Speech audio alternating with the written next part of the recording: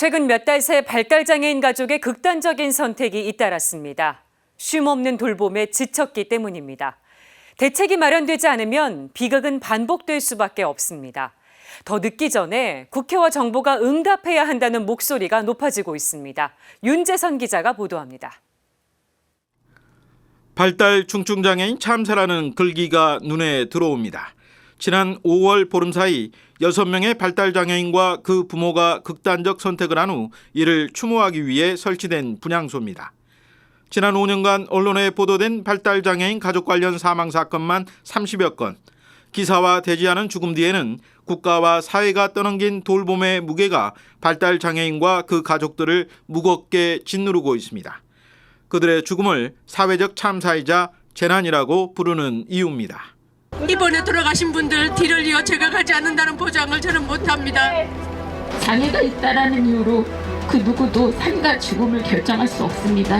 이 끔찍한 사건이 벌어지게 한 곳에 국가는 무엇을 어떤 책임을 질 것입니까?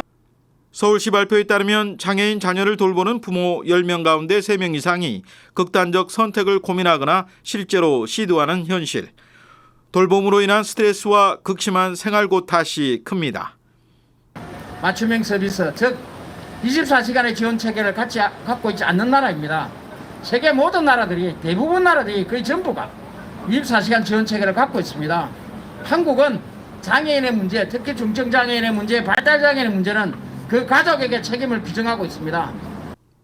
윤석열 정부는 24시간 돌봄 지원 체계를 2025년에 도입하는 방안을 검토하고 있지만 그 사이 비극적 참사는 반복될 수밖에 없을 거라는 우려가 나옵니다.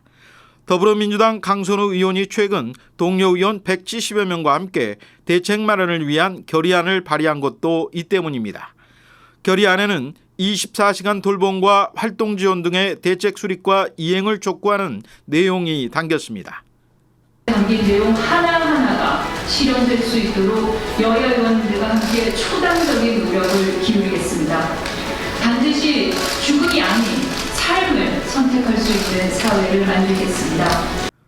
천주교를 비롯한 5대 종단도 지난 12일 입장문을 내고 그 누구도 자신의 삶을 포기하지 않아도 되는 세상을 만들기 위해 모든 발달장애인 가족과 연대할 것이라고 밝혔습니다. CPBC 윤재선입니다.